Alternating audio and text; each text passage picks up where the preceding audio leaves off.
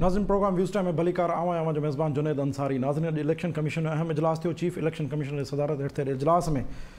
सख़्ती सां इल्ज़ामनि जी तरदीद कई वई आहे। जेके फेडरल मिनिस्टर फवाद चौधरी साहब ऐं आज़म सवाती साहब आया उन्हनि ॿिन्ही जे ख़िलाफ़ उन कार्रवाई करण जो फ़ैसिलो कयो आहे ऐं नोटिस ॾियण जो फ़ैसिलो कयो आहे। सुवालु इहो आहे त हाणे फेडरल गवर्नमेंट छा कंदी जॾहिं इलेक्शन कमीशन हिकिड़ो स्टैंड वठंदी। गुज़िरियल ॾींहुं तव्हां ॾिठो हिकिड़ो त पाकिस्तान मीडिया डेवलपमेंट अथॉरिटी जो मामिलो आहे, उन सां गॾोगॾु जेको सहाफ़ियुनि सां वर्ताव कयो वियो। गुज़िरियल ॾींहुं असां पंहिंजे प्रोग्राम में डिस्कस कयो त हिन वक़्तु आख़िर छो फेडरल गवर्नमेंट हिकिड़े आइनी इदारे सां टकराव में आई आहे, मीडिया सां टकराव में आहे। इन ई मौज़ू ते ॻाल्हाईंदासीं। हिन वक़्तु असांखे पैनलिस्ट जी टीम जॉइन कयो आहे, जंहिंमें हिन वक़्तु असांखे स्टूडियो में जॉइन कयो आहे रफ़ीक भुट्टे साहब, असां गॾु नसीर मेमन साहब आहिनि, इनाम भट्टी साहब ऐं डॉक्टर अयूब शेख साहब आहिनि। सभ खां पहिरियां हलूं था नसीर मेमन साहब। नसीर साहब तव्हां मूंखे ॿुधी रहियो सर? जी जी नसीर साहब, अॼु जेको नोटिस ॾियण जो फ़ैसिलो कयो वियो आहे फवाद चौधरी खे, आज़म सवाती साहब खे, तव्हांजे ख़्याल में हाणे छा मामिलो अञा वधीक वेड़ जे तरफ़ वेंदो ऐं जेकॾहिं इलेक्शन कमीशन जहिड़े आइनी इदारे सां वधीक टकराव में अचे थी फेडरल गवर्नमेंट त उनजो नतीजो छा थो निकिरी सघे? आइनी इदारे तौर इहो इलेक्शन कमीशन ठीकु कयो आहे। इलेक्शन कमीशन जे या ॿियनि इदारनि जे कोर्ट जे बारे में जॾहिं थोरी काड़े क़िस्म रिमार्क थींदो आहे, हिकु नमूने नोटिस थींदो आहे। मां इहो नथो चवां इलेक्शन कमीशन सॼो हुनजो आहे, हुनजो रिकॉर्ड सॼो साफ़ आहे, हुन में का बि ख़राबी कोन्हे, बिल्कुलु हुजे। पर जंहिं क़िस्म जी ज़बान इस्तेमालु कई वई, जंहिं फोरम ते कई वई, उहो सॼो इन लाइ फौज उन ते सीरियस एक्शन थियणु घुरिजे। हिकिड़ो त हुननि ठीकु कमु कयो आहे। हाणे सुवाल इहो आहे त छा ऑप्शन आहिनि? या त हुकूमत खे अकल अचे, साञा अचेसि, पोइ हुननि खे सम्झाए त हिन क़िस्म जे टकराव में जेतिरो अॻियां वेंदो तव्हां विञाईंदो। तव्हां माज़ी में तव्हांखे यादि आहे नवाज़ शरीफ़ 90s में कोर्ट ते चढ़ाई कराई ऐं पोइ उन दौरान आख़िर में उते वञी पहुतो जिते नवाज़ शरीफ़ खे हुकूमत छॾणी पइजी वई। त हाणे ही आइनी इदारनि सां टकराव इहा हिकिड़ी स्टार्ट हूंदी आहे, पोइ शयूं ख़राबु थींदियूं आहिनि। हिकिड़ो वाक़ियो न रहंदो आहे। चौधरी खारे जे केस में मुशरफ वारो मामिलो छा हो, हिकिड़े वाक़िए ताईं न रहियो। वो तो वधीक पावरफुल माण्हू चोर मां स्पाइरल थियो, पोइ शयूं ख़राबु थींदियूं तव्हांजे वञनि था हिते पहुती रखो क्राइस जी। त इन स्टेज ते जॾहिं अञा शयूं बिगनिंग में आहिनि, जेकर हुकूमत खे साञा अचे, मुनासिब इहो थींदो त पंहिंजे लफ़्ज़नि खे माफ़ी वठनि ऐं पंहिंजी जान आजी कराइनि ऐं कमु पंहिंजो हुकूमत हलाइनि वञे बजाए हिननि टकराव में। पर जेको ख़ान साहिब जो रवैयो रहियो आहे, जेको PTI जो रवैयो रहियो आहे, मूंखे लॻे थो त ही माफ़ी वठण खां परे बि जवाब में अञा ख़राबु बयान ईंदा। थी सघे थो जंहिं हिननि खे तलब कयो वञे या त ही वञण खां इनकार कनि, या इलेक्शन कमीशन जे ॿाहिरां तव्हां ॾिसो त PTI 15-20 माण्हू घुराए हिकिड़ो मुज़ाहिरो कराइण लॻे। इहा बि उमेद रखी सघूं इहो रस्तो चूंडियुनि त यकीन सम्झो त इहो लॉन्ग टर्म में डिज़ास्टर थींदो। तव्हां सिमिल करे रहिया आहियो, तव्हांखे ख़दशो आहे त टकराव जे तरफ़ ईंदा ऐं टकराव जे तरफ़ जेकर विया त डिज़ास्टर थींदो। बिल्कुलु जी जी जी जी। रफ़ीक भुट्टो साहब, तव्हांजी मौजूदगी जो फ़ाइदो वठंदे तव्हांखां मां ॿ सुवाल कंदुसि। हिकिड़ो त ही इलेक्शन कमीशन सां छा टकराव ॾेई वेंदा? जीअं नसीर साहब जो तजियो आहे त मुमकिना तौर ते ईअं नज़र अचे थो त जेकॾहिं हिननि फ़ैसिलो न मञियो त ही 15-20 हज़ार माण्हू इलेक्शन कमीशन जे आॾो आणे उन सां टकराव में वञी सघंदा। नंबर 1, जेकर टकराव थिए थो त उनजो नतीजो छा थींदो ऐं छा ही टकराव में वेंदा? नंबर 2 ऐं इम्पोर्टेंट सुवाल, गुज़िरियल ॾींहं जे हवाले सां, मीडिया जे हवाले सां, ही एतिरो ख़ाइफ़ छो आहिनि मीडिया जे किरदार खां? जेकॾहिं तव्हां सीनियर साहब इहो तव्हांखे सम्झणु चाहींदासीं, पार्लियामेंट जी गैलरीअ में जेकॾहिं कवरेज थी पवे हा त कहिड़ो वॾो फ़र्क़ु पइजी वञे हा, ऐं ही उन किरदार खां, मीडिया जे रोल खां फेडरल गवर्नमेंट ख़ाइफ़ नज़र छो थी अचे? जुनेद साहब, जीअं तव्हां पहिरियों सुवालु कयो इलेक्शन कमीशन जे हवाले सां त आया उन्हनि जो टकराव थींदो हुकूमत सां या न, इन जे पोयां कुझु लिकियल हथ आहिनि जेके वाउखा थियणु खपनि। सभ खां पहिरियों जेको इशू हुयो वोटिंग कंप्यूटराइज़ मशीन जो, उन ते बि जेको आहे सो गवर्नमेंट खे शिकस्त आई ऐं इलेक्शन कमीशन बाज़ाब्ता तौर ते उन्हनि खे आगाह करे छॾियो त 2023 जे थींदड़ चूंडुनि में वोटिंग इलेक्ट्रॉनिक मशीन असांखे न खपे। अञा उहो टकराव रुकियो ई न हो त मथां ही शयूं अची वियूं आहिनि ऐं उन ते जेको उन्हनि इलेक्शन कमीशन जे बारे में जेके रिमार्क्स ॾिना आहिनि, उन ते इलेक्शन कमीशन अॼु पंहिंजो बाज़ाब्ता हिकिड़ो इजलास कयो आहे, जंहिंमें इलेक्शन कमीशन जा जेके 2 ऑनरेबल मेंबर आहिनि, शाह मोहम्मद जतोई बलूचिस्तान मां, हिकिड़ो ॿियो, उन्हनि हिकिड़ो कंसेंसस सां इतफ़ाक़ी राय सां हिकिड़ो फ़ैसिलो कयो आहे, जंहिंमें हिननि खे नोटिस ॾिना विया आहिनि, सवाती खे, फवाद चौधरी जेको वफ़ाक़ी वज़ीर इतलात ऐं वफ़ाक़ी वज़ीर रेलवे उनखे, ऐं उन सां गॾोगॾु जेको आहे सो ॿियूं जेके मुतलका कंसर्न धुरियूं आहिनि उन्हनि खे बि जेको आहे उन्हनि जेको आहे तलब कयो आहे। हाणे जॾहिं इहा शइ थी आहे त ज़रूरु जेको आहे उन ते हुकूमत जो रिएक्शन बि ईंदो। हुकूमत उन में पंहिंजी जेका आहे सा बेइज़ती फील कंदी त असांजे वज़ीरनि खे जेको आहे इलेक्शन कमीशन नोटिस ॾिनो आहे ऐं जेके ॿिया आहिनि ॻाल्हायो आहे उन्हनि खे बि नोटिस ॾिनो आहे। ज़रूरु इहो पुछाणो थींदो। इलेक्शन कमीशन छाकाणि हिननि खे हज़म कोन थी थिए तहरीक इंसाफ़ जी वफ़ाक़ी हुकूमत खे, छाकाणि त हीअ उहा इलेक्शन कमीशन आहे जेका नवाज़ शरीफ़ जे दौर में जेको आहे काकान अब्बासी हो या शायदि नवाज़ शरीफ़ उनजे दौर में हिननि जेको आहे लीडर ऑफ अपोजिशन जे इतफ़ाक़ राय सां उहा जेका आहे आंदी।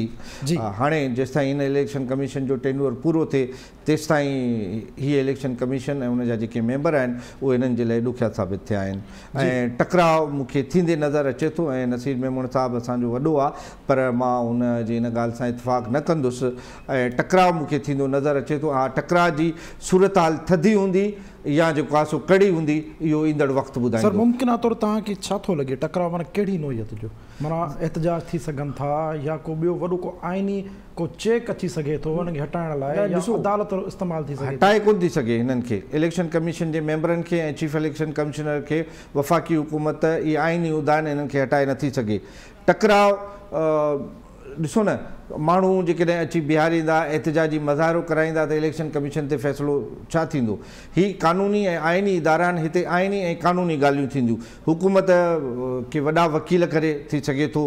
जेके अची पंहिंजा दलील ॾियनि ऐं दलीलनि ऐं क़ानून ऐं आइन जे रोशनी में इलेक्शन कमीशन खे शिकस्त ॾियनि। ॿिए पासे इलेक्शन कमीशन बि ज़रूरु तयारी कंदी त कीअं आइनी ऐं क़ानूनी तौर ते पंहिंजी पोज़ीशन खे जेको आहे मंझराए ॿी धुर खां। त इहो हिकिड़ो आइनी ऐं क़ानूनी रस्तो वठंदो ऐं उन में जेको आहे के कड़ियूं ऐं के मिठियूं ॻाल्हियूं ज़रूरु थींदियूं। बाक़ी जेसिताईं तव्हांजो ॿियो सुवाल हुयो मीडिया जे हवाले सां, फेडरल गवर्नमेंट छो एतिरो ख़ाइफ़ छो? इहो हुकूमत खे सोचणु खपे। मां सम्झां थो त हुकूमत मीडिया अथॉरिटी वारो जेको इशू आहे इहो जेको आहे इहो अॻिते हली वापसि वठंदी, छाकाणि त सिविल सोसाइटी, वकील, सहाफ़ी, दानिश्वर इहे सभु हाणे गॾु थी विया आहिनि ऐं इन्हनि जी जेका गॾियल जेका यूनिटी आहे उनखे गवर्नमेंट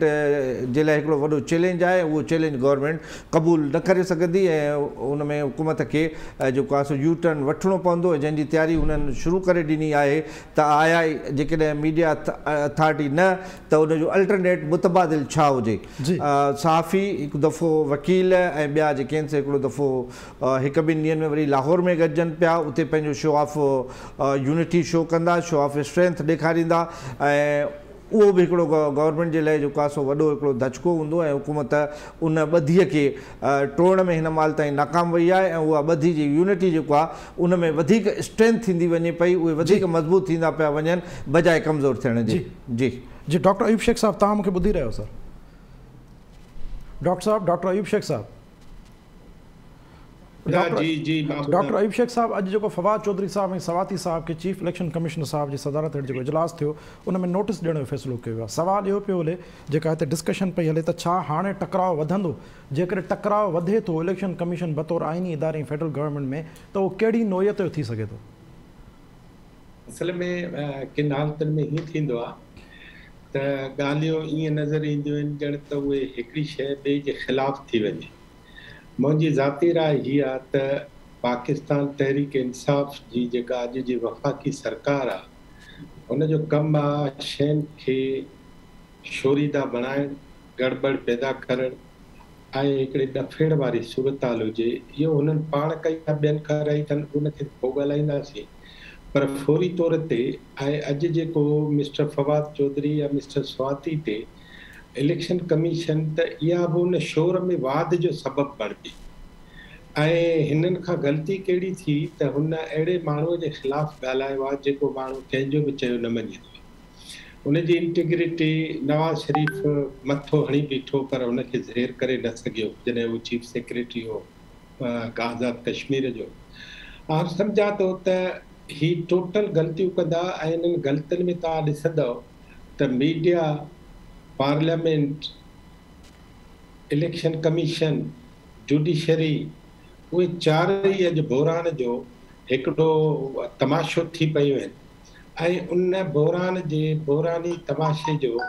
सभ खां वॾो फ़ाइदो उन्हनि खे आहे जेके सियासत जे ख़िलाफ़ आहिनि। आउं सम्झां थो त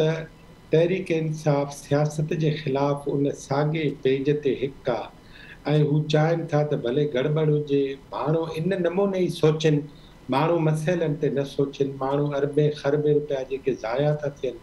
उन ते न सोचनि माण्हू। आउं सफ़ा सवली ॻाल्हि हीअ थो कयां त ही जेके बि इशू आहिनि इहे पंहिंजे प्रोपोर्शन खां वॾा इन करे बि खॼनि था छो त असां सम्झो आहे त शायदि इशू ई हिन मुल्क जा इहे आहिनि, पर हक़ीक़त इहा आहे त हिन मुल्क जा इहे इशू आहिनि ई न। ऐं हिन मुल्क जा जेके असुलु इशू आहिनि, मिसाल जे अफ़गानिस्तान आहे, उन ते ई एॾो वॾो गोड़ नथा कनि। अफ़गानिस्तान जे करे सॼे रीजन जी डेमोग्राफी चेंज थियण जो हिकिड़ो ख़तरो पैदा थियो आहे, उन ते ई नथा ॻाल्हाइनि। अमन जो प्रॉब्लम थी वियो आहे, उन ते नथा ॻाल्हाइनि। ऐं इन समूरे मामले खां सवाइ जेको पाकिस्तान जो इकानमी जो मसइलो आहे, मिसाल जे हिननि सभिनी चयो त ही IMF जेको पोणा 4.5 खरब रुपया असांखे कोविड जी इमदाद ॾींदी, उन खां पोइ डॉलर जेको आहे उहो 165 खां हेठि लही ईंदो। डॉलर अॼु 170 ते छो थो ट्रेडिंग करे? उनजो रीज़न इहो आहे त असां पंहिंजा इकानमी जा उहे बेस, तव्हांखे जुनेद साहिबु यादि हूंदो त हिन टाइम TV ते गुज़िरियल साल मूंखे रिक्वेस्ट कई त सॼे पाकिस्तान खे अॻिते हली इकानमी एॾो वॾो मसइलो हूंदो जो उनखे लिकाइण लाइ ख़ुदि असां अरबे रुपया ॿिया ज़ाया कंदासीं। ऐं हीउ जेको अरबे रुपया ॿिया ज़ाया पिया कयूं हिन गोड़ ते, उहो इन सिलसिले जी कड़ी आहे। जी, तव्हांजो ख़्यालु आहे त हिकिड़ा नॉन इशूज़ पैदा कया पिया वञनि असुल इशूज़ खे लिकाइण लाइ? बिल्कुलु जेको गुज़िरियल 6 महीननि खां चओ पिया, इशूज़ एॾा वॾा आहिनि, असुल इशूज़ एॾा वॾा आहिनि जो हेॾे हरकत बि वॾी करणी थी पए। जीअं माण्हू चवनि यार इहो कीअं भला ड्रामो। जीअं तव्हांजो गुज़िरियल 6 महीननि खां हिकिड़ो नैरेटिव हो त अफ़गानिस्तान जे मामले ते असांखे फॉरेन फ्रंट ते हिकिड़ो वॾो चैलेंज आहे, उनखां वॾो चैलेंज जेको असांजी मईशत आहे। हलूं था इनाम भट्टी साहिबु। इनाम साहिबु, छा हुकूमत हाणे इलेक्शन कमीशन सां सिधी रीति टकराव में ईंदी? जेकर टकराव में अचे थी त उन कहिड़े क़िस्म जो टकराव थी सघे थो ऐं उन जा मुमकिना तौर इमीडिएट नतीजा कहिड़ा थी सघंदा? जुनेद, सभिनी शयुनि जे नतीजे ते पहुची उन खां पोइ आउं वरी अॻिते वधां। मूंखे ईअं थो लॻे त इलेक्शन कमीशन सां टकराव को ईअं कोन्हे, माना का सोचियल सम्झियल रिथा आहे। मूंखे उन में ईअं थो लॻे त इहा इलेक्शन कमीशन उॾामी वेंदी ऐं उन जे उॾामण खां पोइ जेके ॿिया मामला थींदा उन्हनि जो पोइ सिलसिलो हूंदो, जंहिंखां पोइ अॻिते जी सियासत वधंदी ऐं चुरंदी। छाकाणि त जंहिं तरीक़े सां हिन इलेक्शन कमीशन उन जेके ही तब्दीलियूं चाहिनि था पिया, एग्ज़ीक्यूटिव ऑर्डर जे ज़रिए जेको इलेक्शन कमीशन में तब्दीलियूं चाहिनि था, उनखे जेको न क़बूल करे हुननि हिकिड़ो पंहिंजो ॾिनो आहे त इलेक्शन कमीशन कहिड़े तरीक़े सां तव्हां जूं उहे शयूं क़बूल करे सघे थी। उहे पार्लियामेंट जे थ्रू अमेंडमेंट्स या पार्लियामेंट जे थ्रू ऐं पार्लियामेंट्री कमेटीज़ जे थ्रू कई बि तब्दीलियूं ही खणी अची करे उन्हनि खे अॻिते वधाइण जी अहलियत रखनि कोन था। छाकाणि त उन जे लाइ हिकिड़ी ज़रूरत जेका हूंदी आहे उहा गवर्नमेंट में, सिटिंग गवर्नमेंट जेका हूंदी आहे उन में एतिरी ज़रूरत हुजणु खपे जो अपोजिशन जे जमायतुनि सां वेही ॻाल्हाए डायलॉग करे ऐं जेके कॉमन पॉइंट्स जिन ते हू मुतफ़िक़ थी सघनि त इलेक्शन कमीशन में कहिड़ा सुधारा आणे सघजनि था, उहा वुसअत हिन में PTI में आहे कोन। PTI हमेशह हींअर जेके बि कमु कया आहिनि उन में हुननि खे सिधो सो इहो ई आयो आहे त डायरेक्ट ऑर्डर्स जे ज़रिए सभु शयूं कनि ऐं पोइ उन खां पोइ बाक़ी ॿिया सभु भोॻनि। त मूंखे लॻे थो हिननि हिन वक़्तु इलेक्शन कमीशन सां बि इन तरह जी का रिथा सोची आहे त सिधो सो टकराव में वञी पोइ शायदि हिननि खे कोई इहो आशीर्वाद बि मिलियल हुजे त इहा इलेक्शन कमीशन हली वेंदी। पोइ जेका नई इलेक्शन कमीशन ठहंदी उहा वरी उनजो हिकिड़ो तायुन थियल आहे आइन जे अंदरि त इलेक्शन कमीशन जे ठाहिण जे लाइ उनजी अपोजिशन ऐं सिटिंग गवर्नमेंट खे कीअं वेही करे उनजो तायुन करणो पवंदो। इहे सभु शयूं जेके हूंदियूं कंहिं हिकिड़े नवनि मसइलनि ऐं मुंझारनि खे जनम ॾींदियूं। ऐं सम्झां थो हिकिड़नि मुंझारनि खे क्रिएट करण जे लाइ इहे मामला सभु पैदा कया पिया वञनि ऐं इन जे पुठियां का डिज़ाइन आहे। उहा डिज़ाइन जो नतीजो हिकिड़ो मूंखे नज़र इहो थो अचे इलेक्शन कमीशन जो उॾामी वञणु ऐं उन खां पोइ जेके मुंझारा पैदा थींदा उन्हनि जो जनम वठणु। जी इनाम भट्टी साहब। इनाम भट्टी साहब खां हिकिड़ो सवाल इहो पुछो त इहो कीअं उॾामंदी? कानून में आइन में डॉक्टर अयूब शेख साहब तव्हां खां ख़ासि तौर ते सवाल पुछणु चाहे थो त इहो कीअं उॾामंदो? जुडिशरी जे ज़रिए।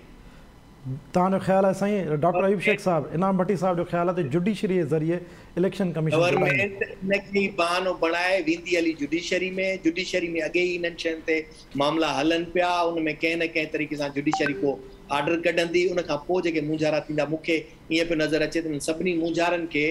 क्रिएट करण जे लाइ पैदा करण जे लाइ हिकिड़ा स्टेप जेके खयां पिया वञनि उहे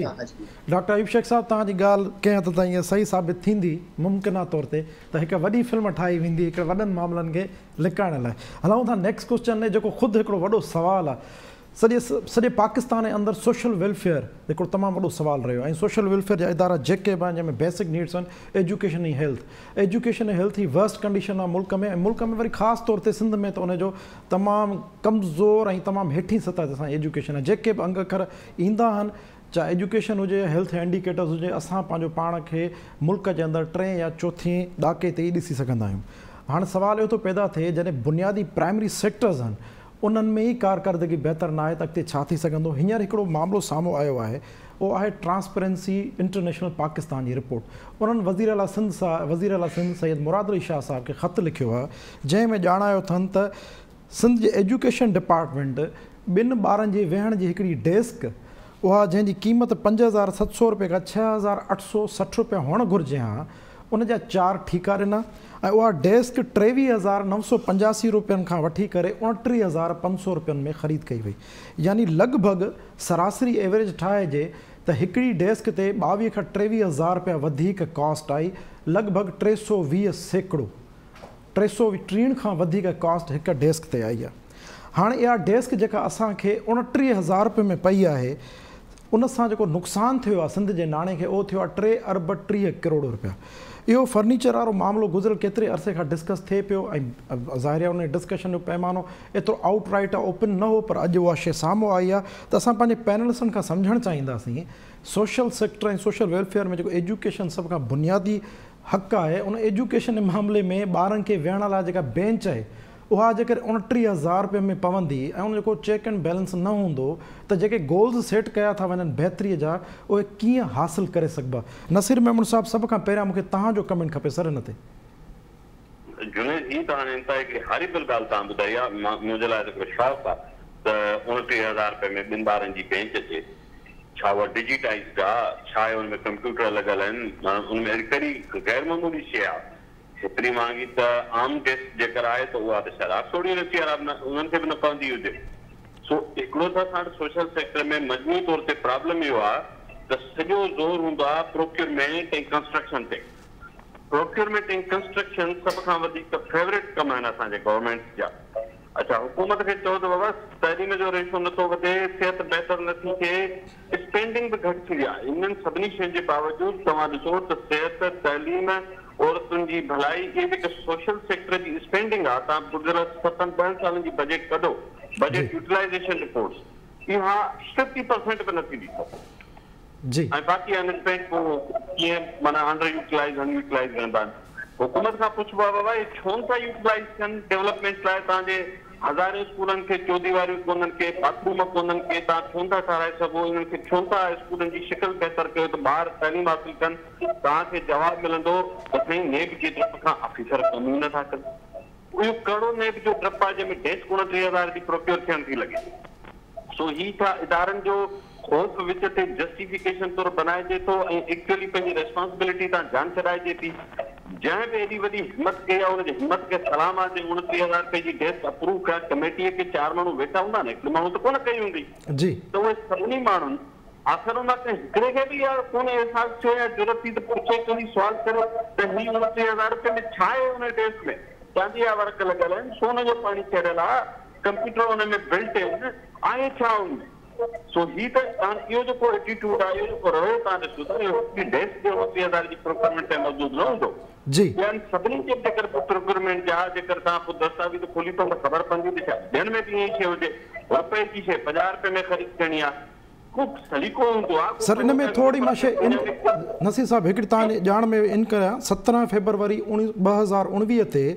अहिड़ी प्रोक्योरमेंट थी TPI जो चवणु आहे त उन में जेका ॿोली लॻाई वई उहा 5,700 रुपयनि खां 6,860 रुपया आई। सादी ॿोलीअ में त 17 फरवरी 2019 ते इहा डेस्क ख़रीद कई पई वई 5,700 खां 6,800 में। वरी 10 जून 2021 ते तक़रीबन 2.5 सालनि खां पोइ 23,000 खां 29,000 ताईं पहुची वई। इहो सवाल आहे त जेकर तव्हां वटि बिड लोअर हिकिड़ी आयल आहे त पोइ त छा प्रोक्योरमेंट जा रूल्स छा आहिनि? सिंध जी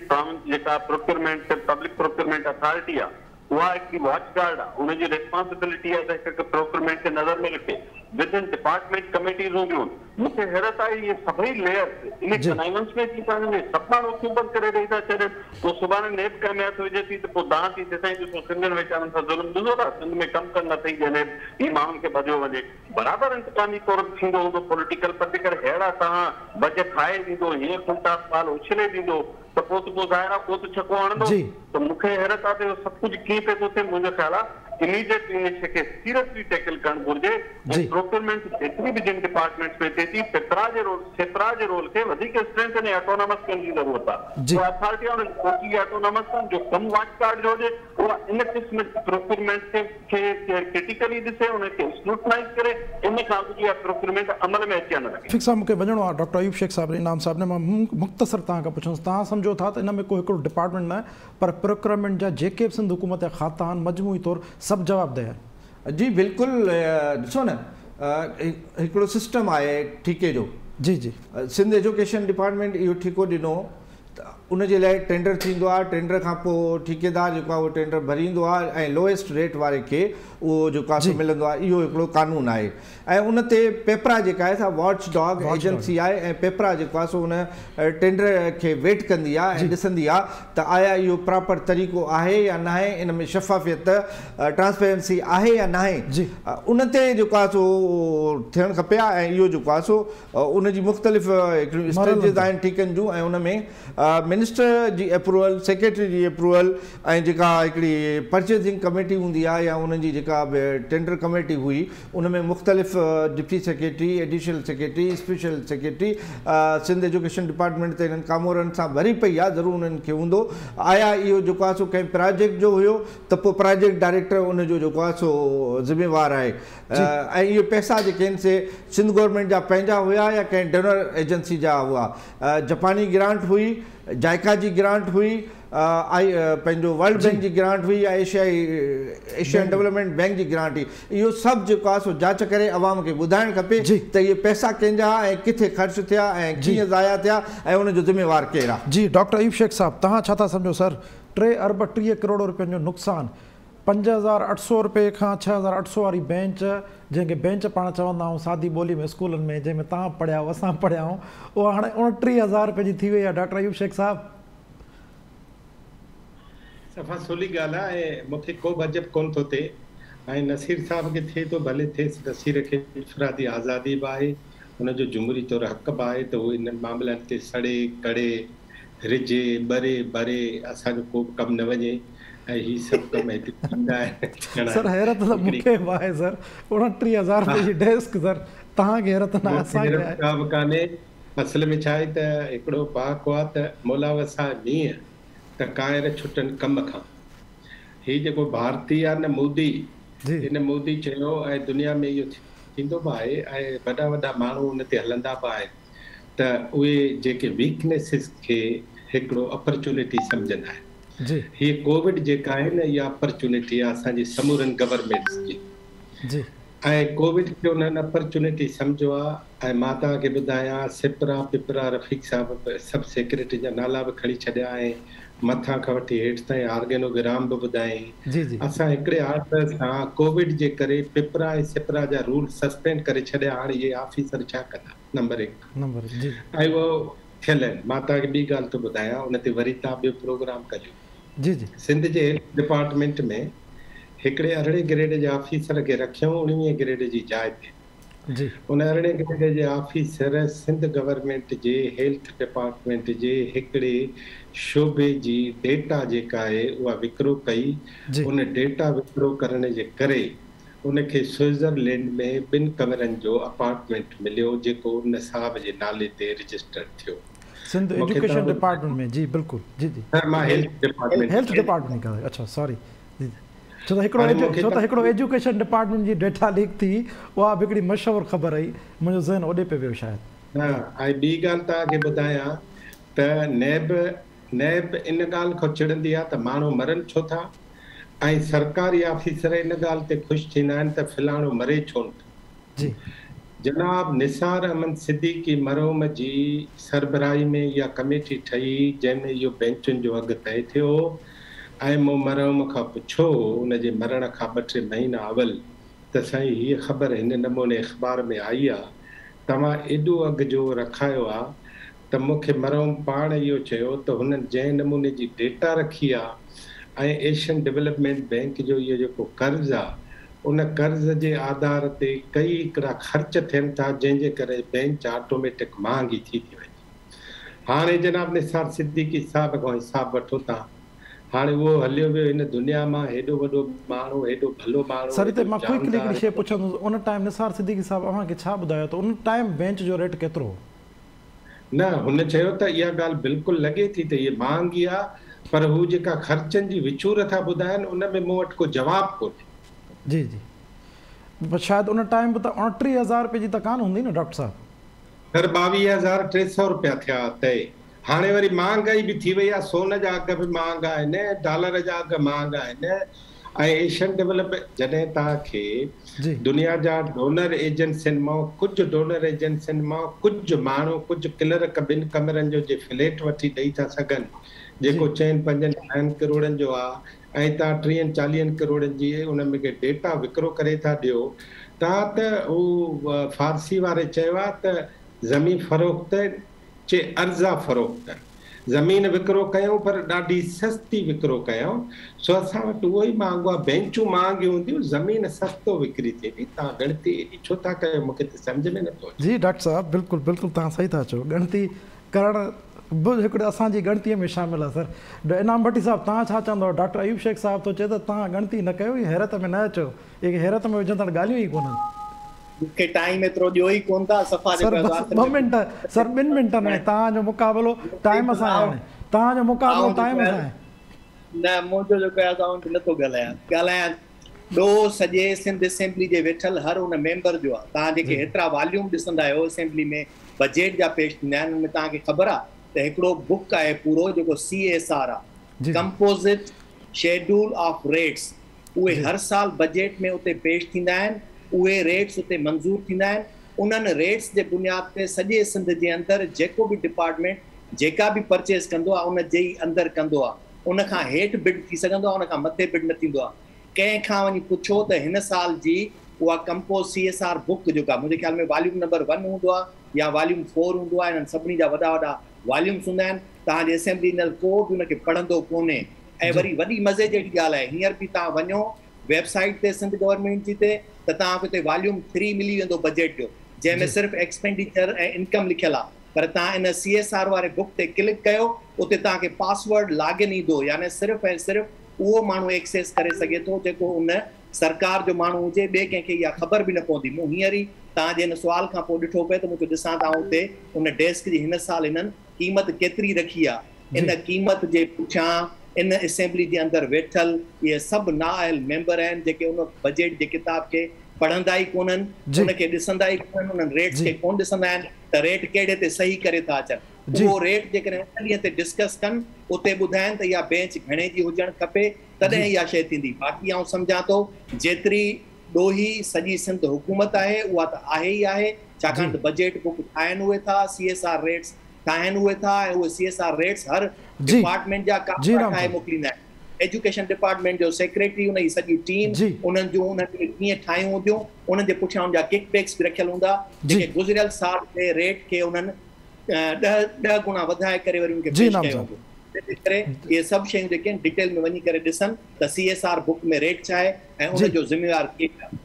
जी इनाम साहब वॾी महिरबानी तव्हां पंहिंजी क़ीमती तंज़ीअ खां आगाह कयो असांखे डॉक्टर अयूब शेख साहब नसीर मेमन साहब रफ़ीक भुट्टो साहब तव्हांजी वॾी महिरबानी नाज़रीन ते प्रोग्राम टाइम पंहिंजी पुॼाणी ते पहुची रहियो आहे पंहिंजे मेज़बान जुनैद अंसारी ॾींदा इजाज़त सदाईं गॾु